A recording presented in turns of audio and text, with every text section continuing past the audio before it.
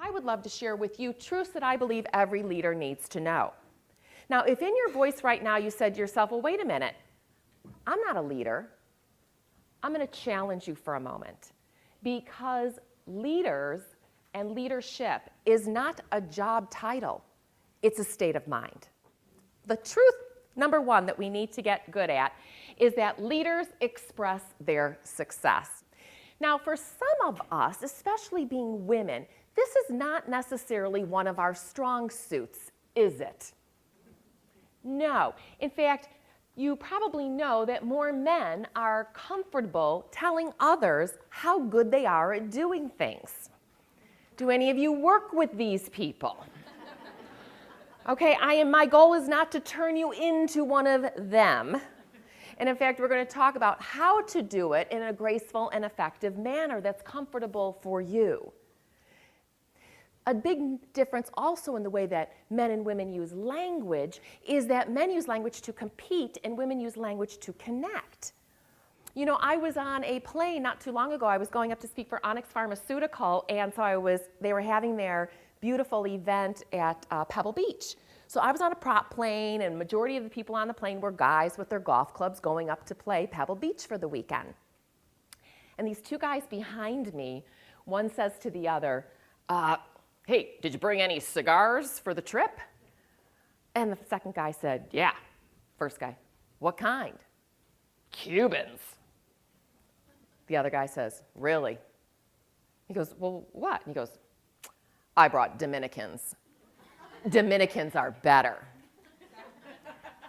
One of their buddies sitting behind the two of them jumps in the conversation and says, you know, I was playing a club a few weeks back, ordered a cigar and a scotch at the end, got the bill, $350.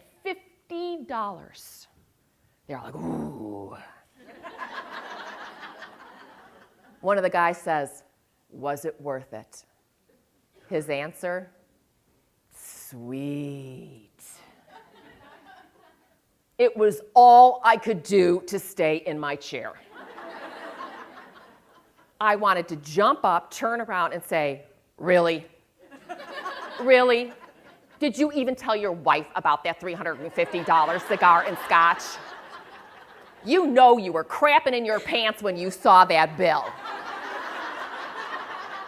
But, oh, sweet. All right, and women, because we like to keep the balance, we would never do that to each other. That would never be fun. In fact, years ago, I still remember I was at a soccer party for one of my daughters at the end of the year. This mother I barely even knew came up and told me that her butt had fallen. I'm not kidding.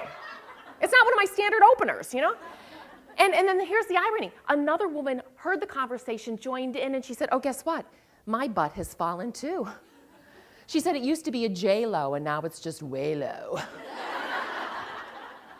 So we're standing around thinking about forming a support group, but just think right now, if a third woman would have joined that conversation and said, oh, not mine. You can bounce a quarter off of this. What would we all have thought? Who does she think she is? Because we're socialized to keep the balance in a situation, not to one-up one another, which is why it makes it so challenging when I encourage you to express your success. Because if you're a pretty traditional female, you're like, oh man, that makes me so uncomfortable. But again, if the research is showing that is the difference between going and getting ahead and where you want to go, we've got to get better at being better at that. And we also have to get better as a team when we watch someone do that without being a blowhard. Stopping ourselves from saying, oh, who does she think she is? Because what we're really saying is it's not okay for women to express their success.